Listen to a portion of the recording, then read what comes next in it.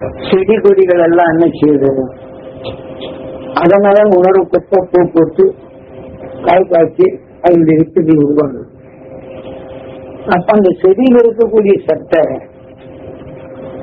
சூரியன் அதை எடுத்து அலைகளாக மாற்றி வைக்கிறது. அதுல விளைந்துவிட்ட நாம பூமியில இந்த பூமியின் ஈர்ப்பு துணை கொண்டு தன் பால்செடியின் சத்தை பிரித்து எடுத்துக்கிறது. அது வேப்ப மரம் தன்னை இதை விட்டோம்னா அதை விட்டானோன்னு இந்த காத்துல இருக்க பிரிச்சுக்குது. ரோஜா பூ அதுல இருந்து போட்ட விட்டு என்ன செய்யுது, காத்துல இருந்து தாய் செடியின் சத்தை அதை மனத்தை நுகர்ந்து அதே மாதிரி செடிகளையும் மனத்தையும் கொடுக்குது. இந்த பூமியில எத்தனை வகையான நிலைகள் இருக்கிறோம் அது பூராமே தாய் செடின்னு எடுத்து வருகிறது. இப்ப மிருகங்கள் எல்லாம் என்ன செய்யுது அப்படின்னா, தன்னை காட்டிலும் ஒன்றை பார்த்த உடனே அது கொண்டு சாப்பிடுது. அது கொண்டு சாப்பிடுறது உற்று பார்த்த உடனே என்ன செய்யுது, அது உடல்ல பதிவாயிடும். அப்ப மான் புலியை பார்த்த உடனே இந்த உணர்வு எடுத்து தன்னை கொண்டு விடும் என்று பயம் வருது. அந்த பயமான உணர்வே அது நுகரும். அப்ப புலியின் உணர்வு அது உடலுக்குள் சென்ற உடனே அந்த புலியின் நினைவாற்றலே மாறும். இதுதான் வேதங்கள் கூறுவது. சாம அதர்வன யஜூர். மான் சாந்தமானது, புலி கொடூரமானது. புலியின் மனதை நாம் நுகர்ந்தானிக்கு நம்ம அப்படி நடுக்கமா இருக்கு. மான் புலியின் உணர்வு நுகர்ந்த உடனே அதனுடைய வலுவான நிலையில் சுவாசித்து அது ரத்தத்தில் கலந்து அந்த சாந்தமான உணர்வை என்ன செய்து அதுக்குள்ள ஊடு அதர்வன அதை அடைக்கிறது.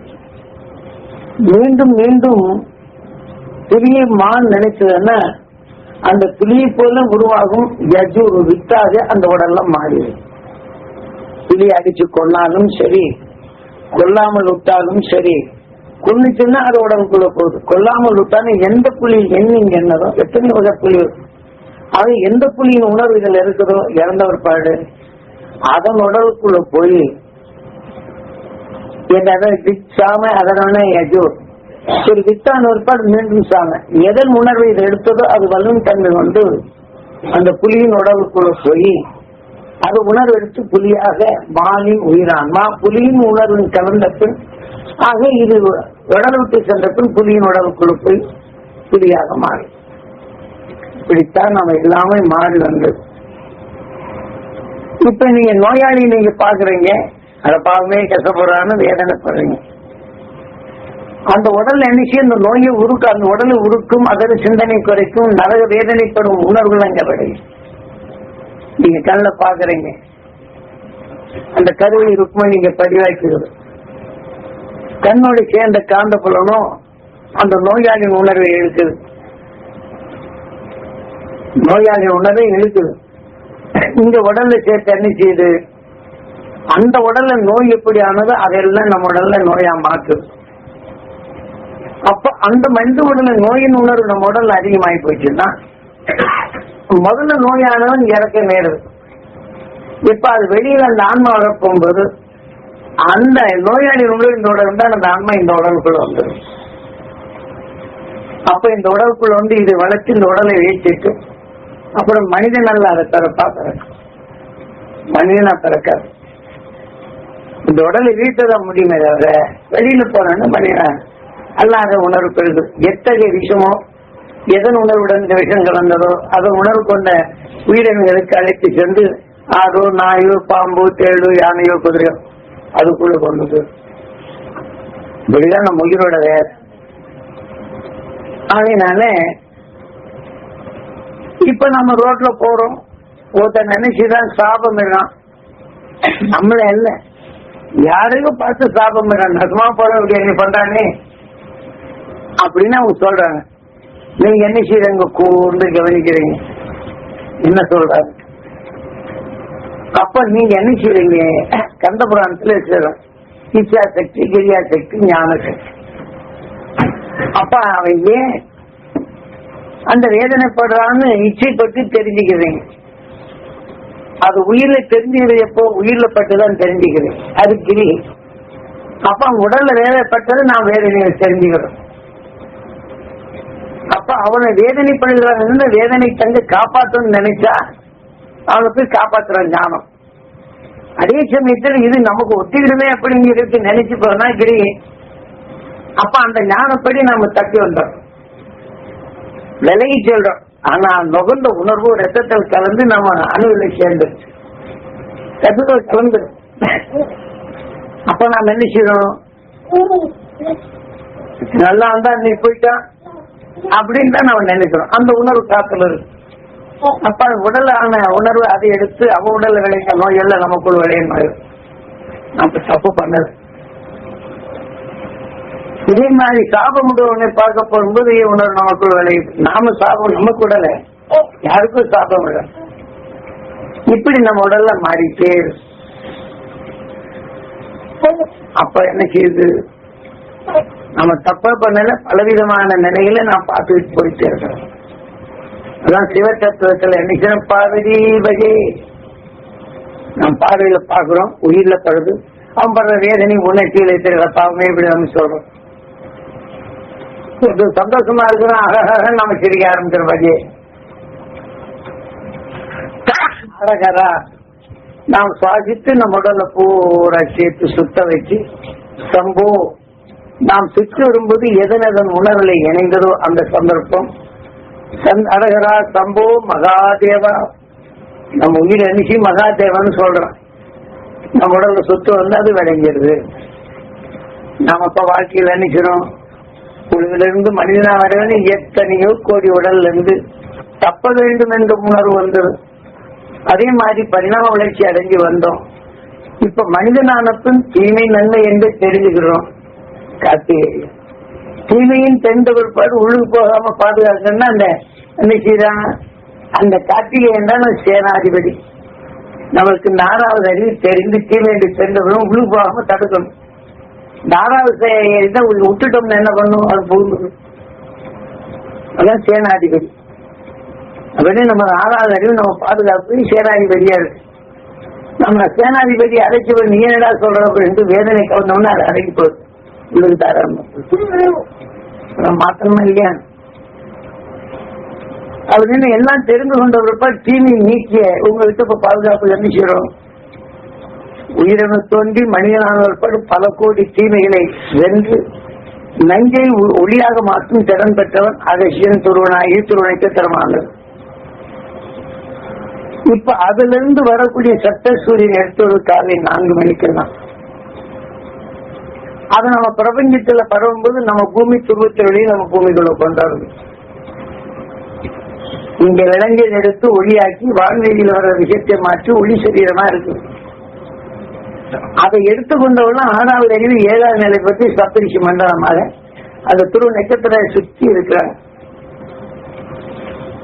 நாம எத்தனை கோடி இது செய்தாலும் பிறவியில்லா நிலை அங்க அடைகிறாங்க. துன்பம் இல்லை. எத்தகைய துன்பம் உருவானால் ஒளியாக மாற்றிக்கொள்ளக்கூடிய திறன் கிடைக்கும். இந்த உயிரணு தோண்டி இத்தனை உடல் ஆனாலும் மனிதனாகி இந்த 6வது அறிவின் துணை கொண்டுதான் போகுது. அப்ப நாம் மனிதனான பிற்பாடு என்ன செய்யணும், நம்ம சந்தோஷத்தை நம்ம உடலுடன் என்ன செய்யறோம், தசப்பிரியன்னு ராவன் சொல்றாங்க. யாரு தசப்பிரிய? இந்த உடல் பற்று உள்ளவன். என்ன செய்யறேன், அப்படி சிட்னா விடுவனா, இனி மோசம் பண்ணா விடுவேனா, நல்லவனாவிட்ட மையம் சொல்ல மாட்டேன் கேட்க மாட்டேன் நானே அப்படின்னா அவன் உதைக்க அடிக்கணும் தான் போறோம். சந்தோஷம் என்ற நிலையை ஏற்படாதபடி சிறைப்பிடிக்கிறார் நம்ம உடல். கோபப்படுறவங்க வெறுப்படையுங்க இதெல்லாம் நம்ம நினைச்சு அடிக்கடி நமக்குள்ள அந்த தீமைகளை வச்சு நல்லதை செயலற்ற பாக்குறோம். நீ அடுத்த நீங்க நல்லது சொல்ற உனக்கு நேற்று ஆம்பது அவசியம் தான் சொல்லுவேன். எங்க பையனை போய் அடிக்கிறதுன்னு கேட்டா பொண்ணு அவன் குடும்பத்தை பாக்கணும் யாரையே பாக்குறது உங்களுக்கு என்ன தெரியும் பண்றது அப்படின்னு சொல்ற. அதுதான் ராமாயணத்துல இதை காட்டுறாங்க. மனித உடல் இந்த உடல் இச்சை பெற்றவன் தசப்பிரியன். உயிரின் தன்மை பெற்று உணவின் எண்ணங்கள் வந்தது அப்படின்னா நம் தசரத சக்கரவர்த்தி 10வது நிலை பெற்ற நமது உயிர். அந்த 10வது நிலை பெற்ற உயிருக்கு நம்ம என்ன செய்யறோம், நாமும் தீமையிலிருந்து விடுபடும் உணர்வை நாம் சேர்க்கணும். தசரத சக்கரவர்த்தி நினைச்சது எண்ணி இறங்காத மனைவியை கல்யாணம் பண்ணிக்கிறான்னு சொல்றாங்க. அவனுக்கு என்ன செய்ய கங்கணம் கலட்டவே இல்லைன்னு தசரத சக்கரவர்த்திக்கு. நீங்க இங்க இருந்து காலையில இருந்து வெளியில போகும்போது என்ன செய்ய மொத்தம் கோவப்படுறான் பாக்குறீங்க. பார்க்கும்போது என்ன தெரிஞ்சுக்கிறீங்க, இது வசிஷ்டர் கவரக்கூடிய சக்தி வந்து நுகர்ந்து அறியுறீங்க. உடலுக்குள்ள போனவன அது அணுவாகம். அவன் சேட்டை பண்ண உணர்வு நம்ம ரத்தத்தை சேர்த்து விடுவாரு. அது அணுவாகம் மாறும். இன்னைக்கு பாக்குறோம், அது அணுவாகம் மாறும். பிரம்மகுரு அவன் கோவப்பட்ட உணர்வின் தன்மை நம்மளோட சேரும் என்ன செய்யுது, அருந்தி. அப்ப அந்த அணுவாயிடுச்சுன்னா அதுக்கு சாப்பாடு அவன் கோவப்பட்ட உணர்வு காத்துறது எடுத்து சாப்பிடும். வேப்ப மரம், அந்த மரம், இந்த மரம் சொல்றோம்ல, அதனால நித்து எடுக்கும்போது ஒரு மனித உடல்ல விளைஞ்ச அந்த கோபமான உணர்வு உற்று பார்த்து தெரிய வேண்டும் என்று ஆசைப்பட்டா பதிவாயிடும். மீண்டும் என்ன செய்யணும், அது அணுவாகிட்டால் அவன் உடல் வந்து காத்தல் இந்த உணர்ச்சி உந்தி உயிருக்கு கண்வழி என்ன செய்ய கலந்து மூக்கொழி நுகர்ந்து உடலுக்குள் ரத்தத்துல கலந்து ரத்தத்தின் வழி நமக்கு கொண்டு அது ஆதாரிக்கு.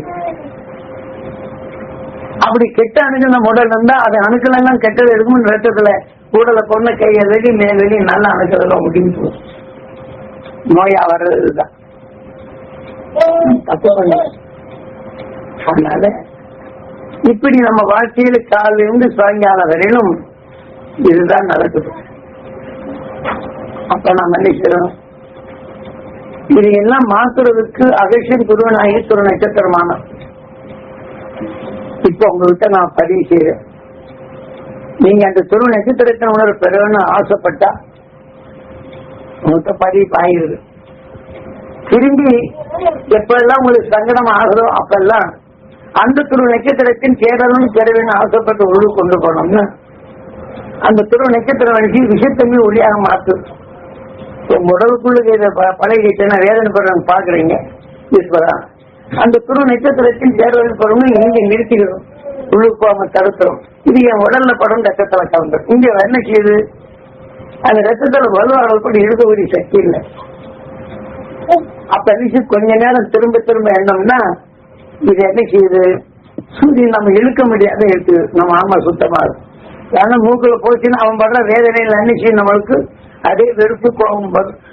கெட்ட அன்னைக்கு ரத்தத்தை வழி சாப்பாடு எடுத்துக்கிட்டு தடுக்கிறதுக்கு சக்தி வந்து அதுக்குத்தான் நாம பதிக்கிறோம். உங்களுக்கு தியானம் சொல்றதும் அந்த துருவத்தை நட்சத்திரத்தின் உங்கள்கிட்ட பதிவு செய்யறதும் கிருஷ்ணவனை என்ன அமெரிக்காவில் இருந்தாலும் கூட உங்ககிட்ட பதிவு செய்யறீங்க. எனக்கு துருவம் செய்யறான்னு அங்க பரவாயில்ல. உங்க பிள்ளைய பாசமா வளர்க்குறீங்க, ஒரு 10 மாசமா ஒரு 10 மாசம் தபால் போடல, என்னாச்சோ ஏதாச்சும் நீங்க இருந்து கவலைப்பட்டா அப்புறம் ஒன்னும் ஆகல. நீங்க இங்க இருந்து எண்ணும்போது நிச்சயம் அந்த குழந்தைக்கு உடனே பாரு. அப்ப ஏதாவது கையில கணக்கு பார்த்துக்குன்னா தப்பா விட்டுரும், நடந்து போயிட்டு புள்ளிமை தெரியாம விட்டுரும். அதே சமயத்துல ஏதாவது வேலை செய்யணும்னு தெரியாம கையை கால விட்டுரும். இங்க இருந்து நீங்க எந்ததும் உங்களுக்கு அவங்களுக்கு இந்த தொடர்பு இருக்கு. நாம எத்தனை பேரையும் பாக்குறோம். அப்போ ஒருத்தனுக்கு சாப்பிடும் போது எப்ப நீ இந்த மாதிரி சாப்பிட முடியாது கேக்குறீங்க, உலகனியா வந்ததுன்னு கேக்குறாங்க, படம் நாம சொல்ற இந்த மாதிரி கேட்கிறாங்க. இந்த உலகம் கலக்கும். அப்போ நீங்க இதை எண்ணும் போது அல்லது அவன் என்னன்னா அவனுக்கு ஒத்தாசை வர்றாங்க, அவனு நியாயப்படுத்தி ஒத்தாசை செய்யறவங்க உருப்படுவாங்க திட்டுறாங்க. நீங்க உங்களை அறியாமலே உங்களை சில நேரங்கள் எல்லாம் நல்லது செய்யணும்னு நினைக்கிறீங்க, உங்களை அறியாமலே மனக்குழப்பம் மனக்கவலை காரணம். மனக்குழப்பம் மனக்கவலை வர்றது என்னால உங்களுக்கு கஷ்டமான கேட்டு அவங்களுக்கு உதவி செய்திருப்பீங்க, பாமை இழக்கப்பட்டு ஒருத்தர் செய்திருப்பீங்க, அவங்க உணர்வுலாம் இதுல வந்துடும்.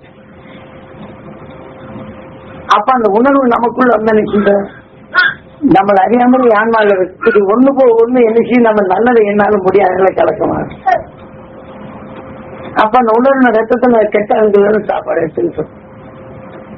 ஒரு பக்கம் ரோஜா செடி இருந்ததுன்னா அந்த பக்கம் வாசம் நல்லா இருக்கும், இன்னொரு பக்கம் மல்லிகை செடி இருந்தா இருக்கு நேரத்தில் அதே மாதிரி இருக்கும். அதே மாதிரி நம்ம உடல்ல எந்த நல்ல குணங்களை பரிவச்சு நட்சத்திரத்து உணர்வு அடிக்கடி நாங்கள் எடுத்துட்டோம்னா அதை நல்லா எடுத்து கலைச்சி விடும். அடிக்கடி சண்டை போடுறோம், அது பசங்க ஆன்மா உள்ளுக்கு உயிருக்குள்ள பட்டுதான் உணர்வு போகுது. அப்ப அறிகிறோம் ரத்தத்துல கலக்குது, சாப்பாடு எடுத்துக்கிறோம்.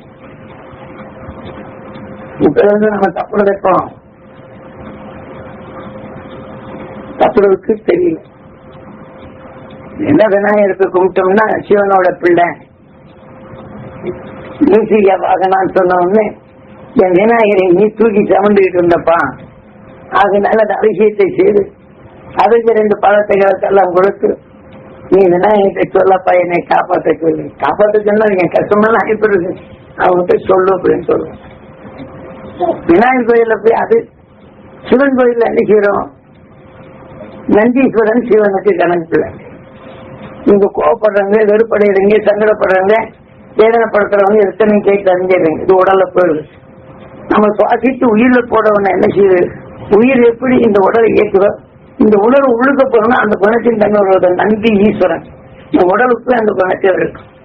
நீ கோவப்படுற நினைச்சு இப்படி எல்லாம் பேசினானே நீங்க நினைச்சீங்கன்னா அந்த கணக்கின் பிறகு ரத்த பறிப்போம். 10 நாள் கோவப்படுறது மட்டும் வெளியே பார்த்து வந்துருங்க. அதுக்காக உங்களுக்கு அந்த பதட்டமும் கோபமும் அந்த இதெல்லாம் வரும். டாக்டர்கிட்ட போய் செக் பண்ணி பார்த்தோன்னா ரத்த கொதிப்பு இருக்கு சொல்றேன். இதே மாதிரி வேதனைப்படுறவங்களை நீங்க பாத்தீங்க, அதே மாதிரி பார்த்தோன்னா பதட்டமும் பயமும் இருந்துகிட்டே இருக்கும். பார்த்த உடனே உங்ககிட்ட விஷத்தன்மையை கலந்துருக்கீங்க, மாற்றணும், அதுக்கும் பேச கொடுக்கணும் அப்படின்னு சொல்லுவாங்க. அடிக்கடி எல்லா காரியம் செய்வீங்க, முடியல அப்படின்னா சலிப்பும் சஞ்சலம் படுறீங்க. இப்ப சலிப்பும் சஞ்சலம் படுறோம்னா உப்பையும் சர்க்கரையும் பிரிக்கக்கூடிய சக்தி இழந்துடும். அப்ப என்ன செய்யுது, அந்த பிரிக்கக்கூடிய நிலையை வந்து அந்த ரத்தத்துல உப்பு சத்து கலந்துருக்கேன் நுரையீரல போச்சுன்னு நினைச்சு சளி பிடிச்சு தொந்தரவு கொடுக்க ஆரம்பிச்சு. அப்ப கூட கொஞ்ச நாளைக்கு கிட்னி ஃபெயிலியர் ஆயிட்டு தப்பா பண்ணு. அப்பப்போ வழியில நடக்கிறது இப்படி மாற்றிக்கிட்டே இருக்கும். இதை மாத்துறது யாரு, சாமி காப்பாற்றுவாரா, சாமியார் காப்பாற்றுவாரா, ஜோசியம் காப்பாற்றுமா, சாசு சாஸ்திரம் காப்பாற்றுமா, ஒண்ணுங்க.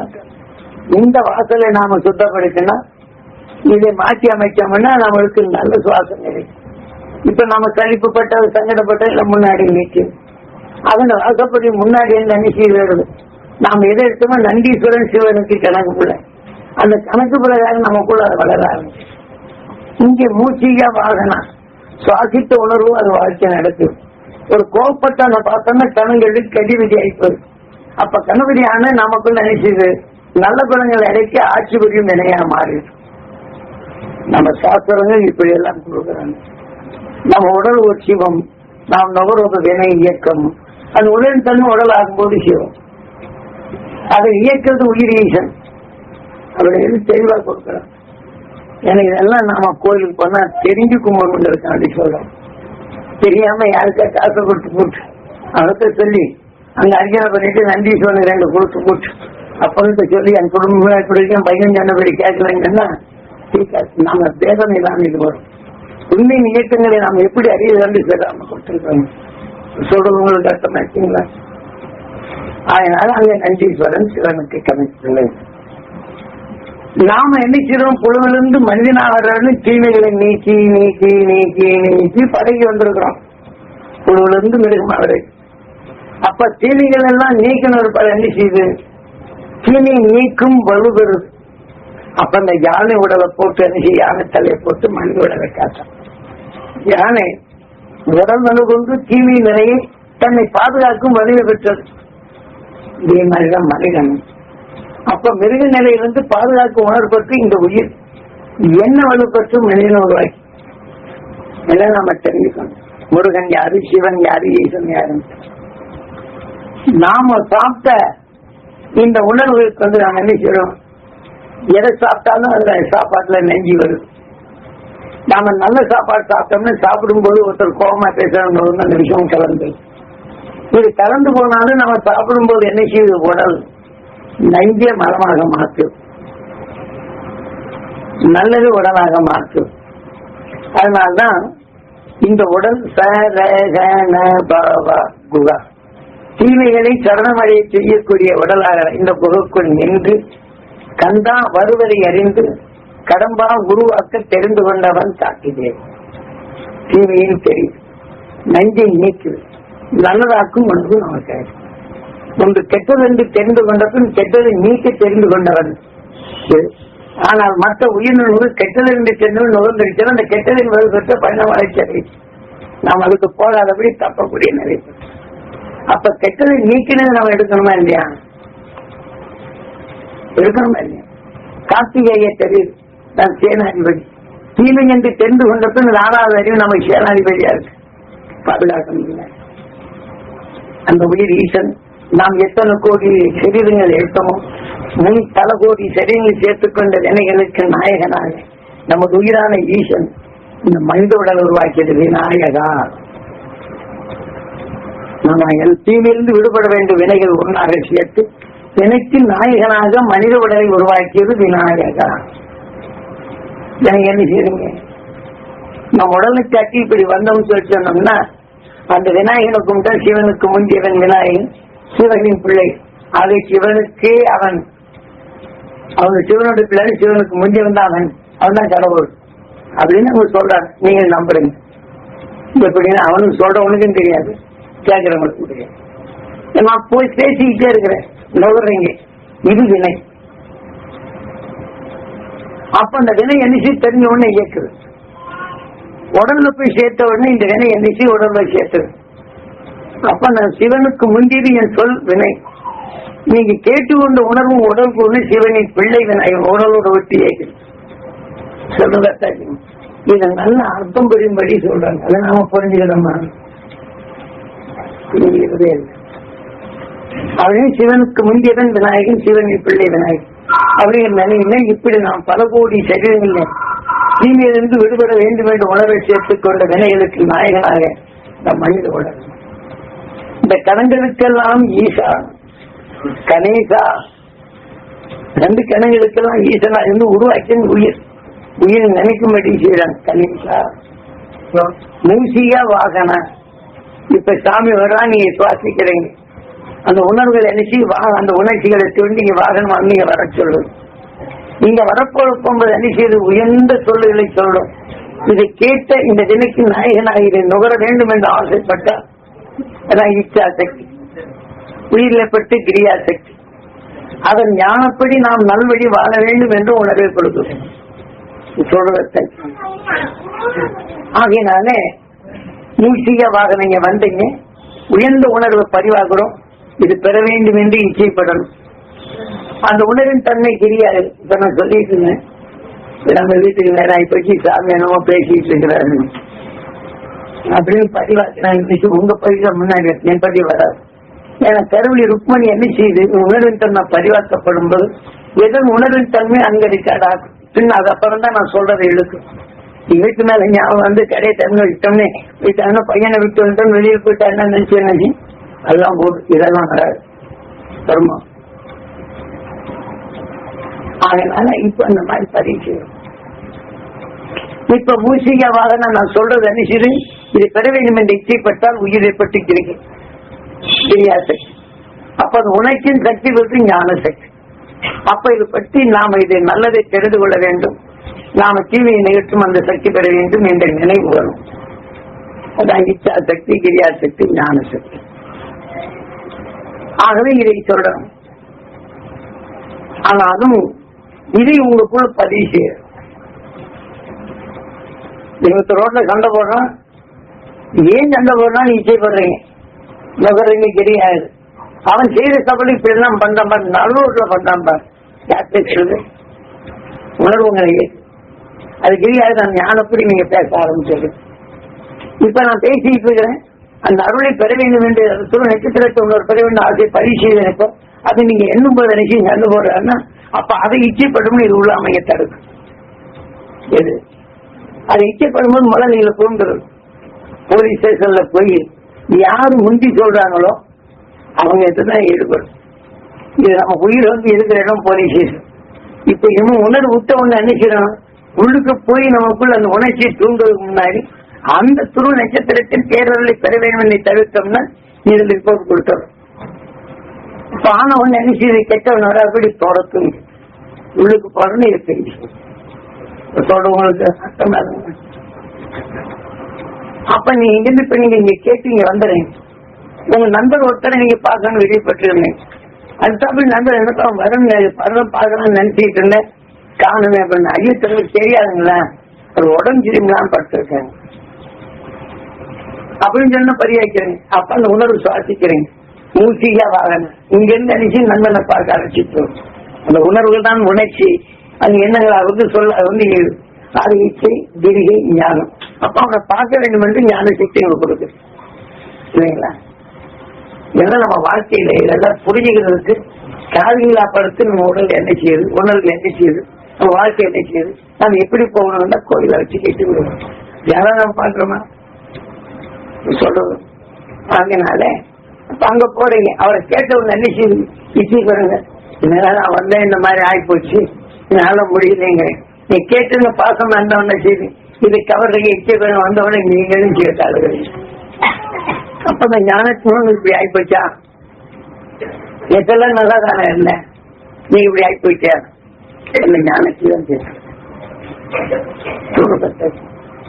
இதே மாதிரி நம்ம வாழ்க்கையின் உணவின் தன்மை நாம் பெறுவதற்கு இந்த ஆறாவது அறிவு தான் கணங்களில் கரிபற்றி கணப்பற்றி நம் உடலின் நஞ்சை மலமாக மாற்றுவது, தீமைகளை அடக்கக்கூடிய சக்தியா இருக்குது ஆறாவது அறிவு. அதனால் அங்குச பார்க்கவா தீமை என்ற உணர்ந்த பின் தீமையை யானை எவ்வளவு பெருசு அங்குசத்தை போட்டு அடக்க. ஆகவே கடும் நிலையாக இருந்தாலும் அந்த துரு நட்சத்திரத்தை உணர அங்குசமா மாற்றினால் இதை அடக்கலாம் சொல்றது. இதான் நம்ம பொறுப்புடும்படி சொல்றாங்க. நாம இந்த விநாயகர் தத்துவத்தை புரியல.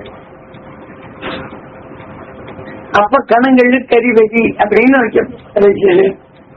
விநாயகரை பார்த்து செய்யறாங்க. உயிர் ஆதி மூலம் என்ற உயிர், ஆதியில இந்த உயிர் தான் மூலம் இந்த மனித உடல் கொண்டது.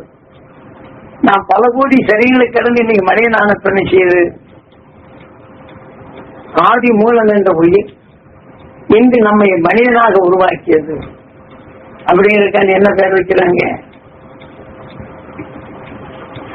நாம் தெரிந்து கொள்வதற்காக நம்மை மனிதனாக உருவாக்கிய இந்த உணவை இந்த கணங்களுக்கெல்லாம் ஈசனாக இருந்து உருவாக்கிய என்ற இந்த உணர்வை நமக்குள் தெளிவாக்கி தீமைகளை அடக்கக்கூடிய சக்தி பெற்றது நமது உடல். உடல் என்று வரக்கூடிய அறிவு. அதான் என்னைக்கு நாம் மனிதனாக பிறந்தமோ இந்த மனிதன் தான் முழு முதற் கடவுள். மிருக நிலையை கடந்து எந்த மனிதனானோனோ அவன் மற்றொன்றை உருவாக்கும் முழுமையான கடவுளாகின்றான். சூரியனால் ஆகாது. நல்லதை செய்ய வேண்டும் என்று இயங்கி ஆசைப்படுறீங்க. இந்த உணர்வின் தன்மை இயக்கப்பட்டு நல்ல காரியங்களை செய்வீங்க.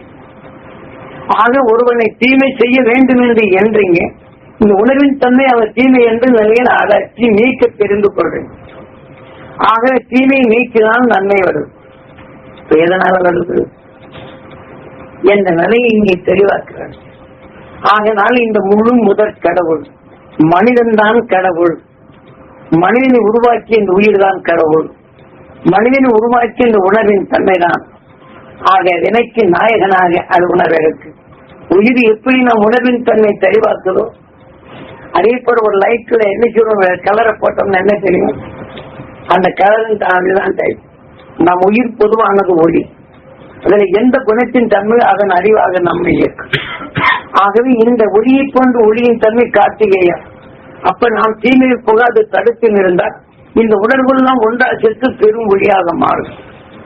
ஆகவே இதை கார்த்திகை என்று தீமையில் புகாது தடுத்துக் கொள்ளும் இந்த ஆறாவது அறிவை நாம் பயன்படுத்த.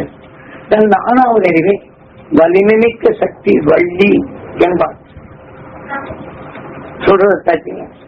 இந்த வலிமைமிக்க சக்தி உண்டு. வலிமைமிக்க சக்தி பெற்ற அந்த துரு நட்சத்திரத்தை உணர்வை இவன் தான் எடுக்க முடியும், மற்றதை எடுக்க முடியும். தெரிந்து கொள்கின்றான் தீமையை நீக்க வேண்டும். அதை இச்சைப்படுகின்றான். அதை நுகர்ந்து உயிரிழப்பட்டவன் கிரிகை. ஆக தீமையை நீக்க உணர்வு பெற்றது அதை நுகர்ந்து உள்ளது இதுன்னு கிரிகை. ஆக அந்த ஞானத்தின் கிரியா சக்தி ஞான சக்தி. ஆக அந்த ஞானத்தின் வழிகொண்டு உணர்வின் இயக்கங்களாகி தீமையிலிருந்து விடுபட செய்யும் அந்த அஞ்ஞானம் பெற்ற மனிதன் நல்லதை உருவாக்க முடியும் என்பதைத்தான் சாஸ்திரங்களுக்கு ஒரு தெரிஞ்சிருங்க. அதனால விநாயகர் வாகனம் எதுல வர்றான்? எலி மேல வர்றான். எலிங்கிற போது எதனுடைய பாராட்டுறாங்க? நீங்க ஞானத்தின் உணர்வை எடுத்து நம்ம உடலுக்குள் சேர்த்துனா கெட்டதை வங்கிட்டு நல்லதையும் நிலை கொண்டு போகும். நீங்க நல்ல நிலையை கொண்டு வேதனைப்படும் உணர்வானால் அந்த அது உங்களுக்குள் வங்கிட்டு அதன் வழி எங்கே செல்லும். தான் மூஷிக வாகனம் சுவாசித்த உணர்வு கணங்கெடு தெரிவதானால் வச்சிருக்கிறார் யாரு விநாயகர் நாம வணங்குறது. அதுக்கு அன்னைக்குதான் மூஷிக வாகன எளிய வச்சிருக்கிறோம். நாம் புல்லை தின்றோம், தலை தாம்புகளை தின்றோம், கனிகளை தின்றோம். மனிதனானத்தும் சுகமிக்க உணவை படைத்து சாப்பிடு இந்த உடலை பெற்றோம். இந்த பிள்ளை யார் நீ சிந்தித்து பார்த்து கேள்விக்குறி வைக்கிறார். இந்த ஆதி மூலம் என்ற ஒளி இந்த மனிதனான உடலை உருவாக்கியது